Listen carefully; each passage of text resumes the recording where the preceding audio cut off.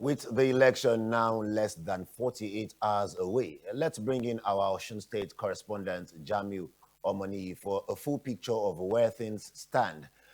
Good morning, Jamiu Omoni. Good morning. It's nice to join you in the studio this morning. Yeah, so with the Osun State election about 72 hours away, what is it looking like? Let's look at just want you to give us a full picture, and let's start with a honest reality of what is on ground. Elections in Nigeria are really without incident. We've seen it play out repeatedly: violence during campaigns, disputed results, years of tribunal litigation. In fact, Osun itself has a well-documented history here. Every governorship election in Osun State since 1999, except that very first one, has ended up challenged in court. And the 2007 election even resulted in a full change of administration after nearly 3 years of litigation. With that history in mind, how does this year's build up compare to what we've had in the past? Thank you very much, Segun. Yes, also, like we used to always say that it's not peculiar with any other state when it comes to their political calculation and consciousness. However, so just like you rightly mentioned that most of the governorship election we've had in this state has always resulted in court. We are not hoping to see something different this time around because what we just have to, in reality, we have to live by is that there has never been a clear winner in any Osun governorship election. It has always been a keenly contested election where even if we are going to win, it is going to be with a very slim margin, and that is what we are also witnessing presently. But the last few weeks, we've been having some kind of relative peace in the political atmosphere, not until about 48 hours ago, where there was a resurgence of this violence in one of the places that has been declared hotspot by the security. I'm talking of in Ilisha, in Ijesha land entirely, where the first incident happened during a rally organized by the All Progressives Congress, where um, two people were shot and two people got bullet injuries. And at that scene of the event, one of the commissioner for environment, Maiwa Anjoni, was arrested by the police alongside an operative of the Amatekun for being the mastermind of that shooting. And second day, the man was released, and even before he was released, the state government has described the arrest as a calculated attempt to keep the man shut. And we witnessed that, and not until yesterday, when a day before yesterday, when four other members of the Progressive Congress were reportedly killed, allegedly by party leaders in Elisha. And yesterday again, a repeat of the same thing happened when they also said another three people had been killed, and that one resulted into a wide protest in Elisha yesterday, where leaders of the party have to stage a protest from Omeru along the roundabout to Ereja Square, demanding that the inspector of police come to their aid and prosecute the perpetrators of all these crimes. And also, they also went to the palace of the Owa of Okun of Ijeshaland about this house to register their displeasure over what is described as incessant killing of their members. And unfortunately, the monarch did not attend to them, and it was a bit of help for them to have the audience of one of the chiefs who stood in for the Owa of Obokun of Ijeshaland, and they have to tell him that they are registering more than 12 deaths within a week among their members, and all of them were allegedly killed by leaders of their court party. Of course, they mentioned names like the senatorial candidate of the Accord Party, that is Honorable Ibukun Shola Fadipe, and one person named as Sulu Iwara. They said at some point one of them was arrested, that it took the intervention of the KBC to get him released, and after he has been released, he has continued to foment trouble within Ijesha land. So I think it was in that video that the man mentioned that, okay, Yeah, if this is what the Accord Party has been doing for them, that they are going to also attack them going forward, and they are going to unleash terror. I, And w- of course, the man has come out to say yesterday evening that he was not intending to kill them physically, that he was only instructing his member to kill them with vote. And everybody, the communication was clear, and everybody understood, but it can be understandable that it was coming as an outburst after he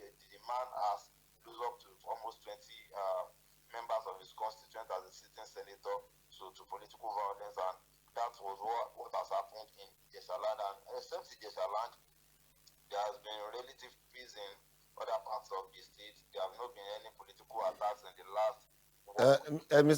So, Mr. Jami Omoni, okay, sorry to interrupt you.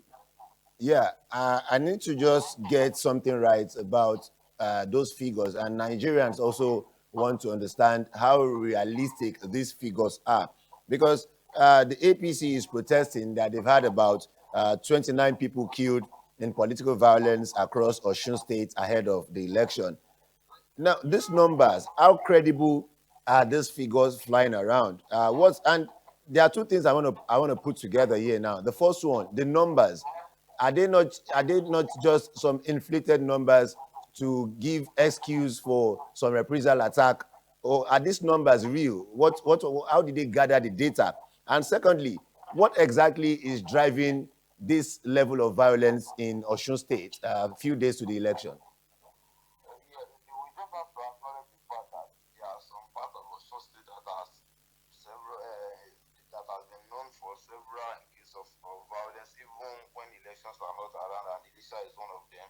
So the rate of court members and some other kind of related violence is very dominant in that part of the state. So whenever election is coming, it used to be some of the areas that we used to experience violence. So that, having said that, so you understand how politicians play their game. So emotions, exaggerations, propaganda is part of it. However, so the numbers that are being read out by these political parties, both the Accord and the People's Democratic Party, all of them all of them are not recent incidents.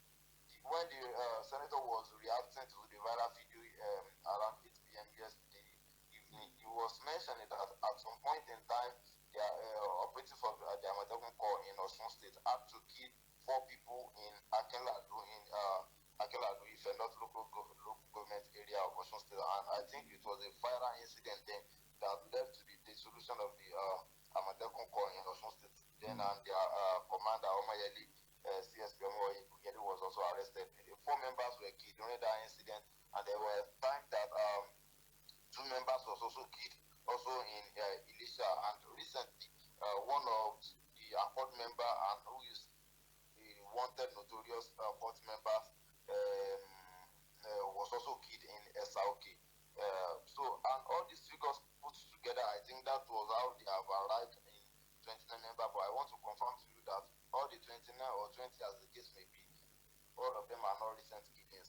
The recent one that we have witnessed is about 7 members that was reportedly killed within 48 hours, and I think that was what led to the street demonstration we had yesterday. So both the Accord Party, the All Progressives Congress, they all have their element of terror, and all of them have been found wanting in this kind of political mess that we are presently. But the numbers, I think, to a reasonable extent, it's sum up to that amount, but all of them are not recent incidents.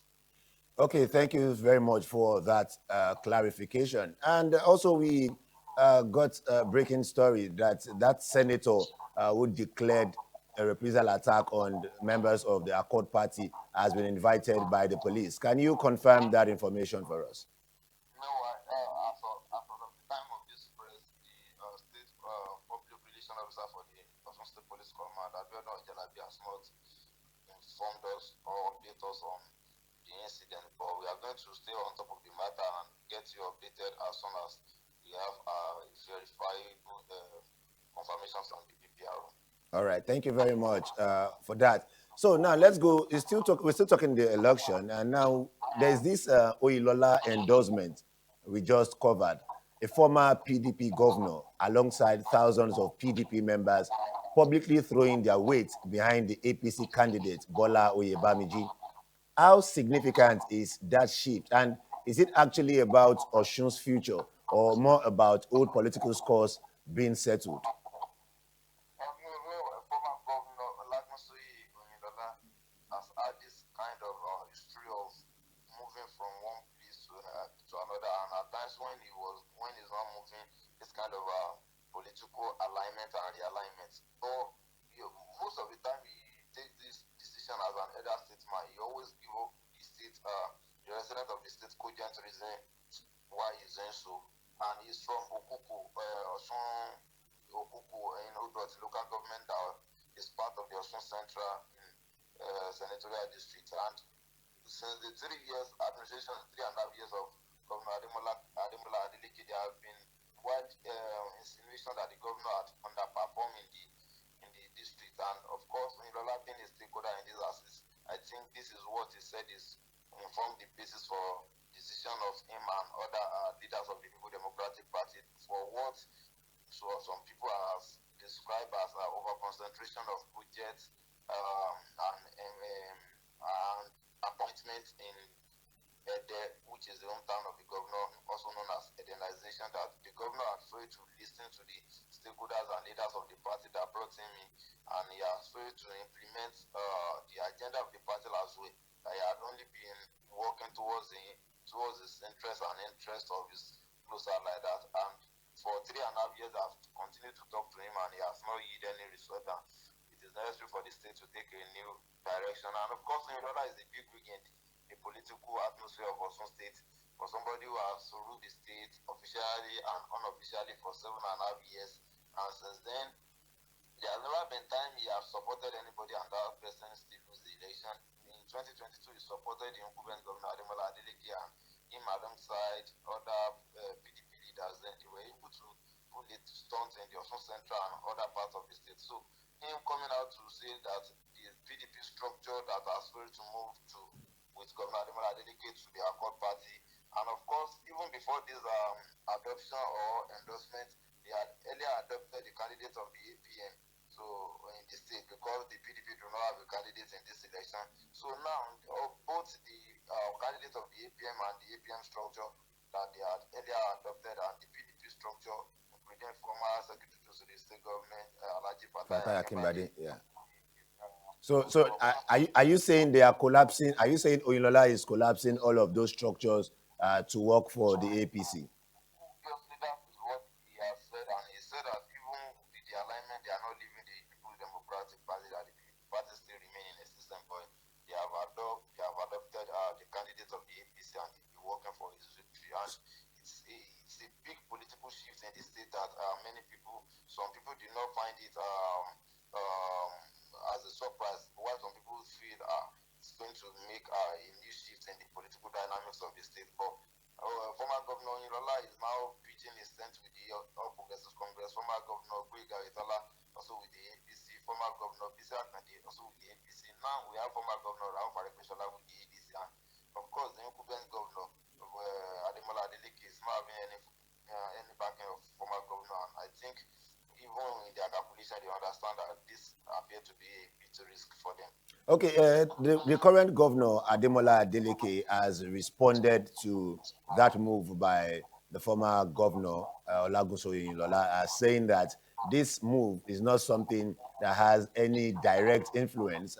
Do you count that as just a mere political statement, or he really means it? I've always made the style of the incumbent governor to react to people that leave the party as paperweight and inconsequential to his victory in his re-election bid, because we had the senator that had the outburst yesterday, former Senator Adenike Afadansi, who was also part of the team that brought Governor Ademola Adeleke in. At some point, they had to separate their ways. And he said Senator Fadansi is also a paperweight that is just an old politician. So the honorable representing the South in the House of Representatives, Sayao was also part of the team that brought the governor in. He also had to leave. So as well as Senator Fadi Ajakonda, they left the party, including Tafika Jidesuru of the Ife East. They also left the party, and every time that anybody have to leave the party and also the pathways with Governor Ademola Adeleke, he also come out to respond, and you understand that he has to give confidence in his follower that so for them not to be intimidated by any political shift. But we cannot despite the relevance of former governor Olagunsoye Oyinlola in the politics of Osun State. All right. Thank you. So on a more hopeful note now, we are also seeing candidates start to engage directly. Yeah, we have seen candidates start to engage directly with voters At Tuesday's Arise Town Hall in Oshogbo, Governor Adeleke Oyebamiji and the ADC's Najim Salam, they all made their final pitches. Adeleke defending his record on roads, healthcare, and infrastructure, while Oyebamiji challenged him directly on how nearly 650 billion naira in federal allocation has actually been spent. So, Jamiu, from what you are hearing on the ground, is any of this messaging actually moving undecided voters, or has the violence overshadowed the substance of the campaign entirely? So are people sticking with facts, or it's the violence deciding where they belong? It will be unfair on the reputation of the state to say that violence will determine where the election will swing into, because the level of political consciousness of residents of Osun State can be compared to none. However, in the recent time, we have not been seeing the leading political party discussing issues and agenda they are having, or the incumbent talking about what they have done to campaign, but they have only been doing this kind of personal attack, character assassination, throwing jabs at each other. But what we witnessed at the town hall meeting yesterday is another thing entirely, that all of them have come out to say what they have done and what they will do eventually when they are elected. And of course, the message is well communicated, and of course, it will also inform what we allow the voters to make their choice. But you cannot also discard the fact that regardless of whatever you wanted to do for the citizen here in Osun State, most of them had already made up their mind based on several calculations, zoning, political parties, religion, and some other factors. So whether you are coming to construct road in all the areas in Osun State, if some of their calculations are not in line with what they already had, I think they still have to follow what they already had in mind. But we think there are some undecided voters already. Some of these things we can also change their mind and allow them to take the direction they think is convenient for them. Okay, let's look at the election properly now. On security and logistics, INEC says sensitive materials have now arrived in Oshogbo with over 25,000 personnel from the police, the NSCDC, and the EFCC deployed across the state, alongside more than 30,000 NYSC members drafted as ad hoc staff. Does that level of deployment feel reassuring to residents at this point, or has trust already been too badly shaken? Since the beginning of this election electoral process, INEC has not been found wanting in most of its arrangements, and none of the political parties have come to say that INEC has done anything wrong. So INEC is still enjoying that level of trust. So in this political atmosphere, and we believe they are going to maintain that until the day of election and probably to the end of the election. So INEC telling us this time that they have received these materials is also a way ahead to ensure that the election is going to come as scheduled, and nothing like a delay or any logistic issue will be witnessed on the day of election. The headquarters of the INEC in Oshogbo, security has also been picked up, seeing military men fully armed in present to ensure that there is not any security breach. So we can take that from INEC and believe that it will also allow us to have confidence in the entire process even before it started. All right, thank you so much. So, as a final question now, with less than 72 hours to go, what's your honest, on the ground sense? Do you believe Saturday's election can actually pass off as a peaceful one? So, do you think that election is gonna come out peacefully, or are we bracing up for more of what we've seen in the past few weeks? Yes, we believe that in every election cycle, there is always this kind of fear, intimidation, and a very charged atmosphere before the election. But on the day of the election, we can take it to the bank that it's going to be peaceful.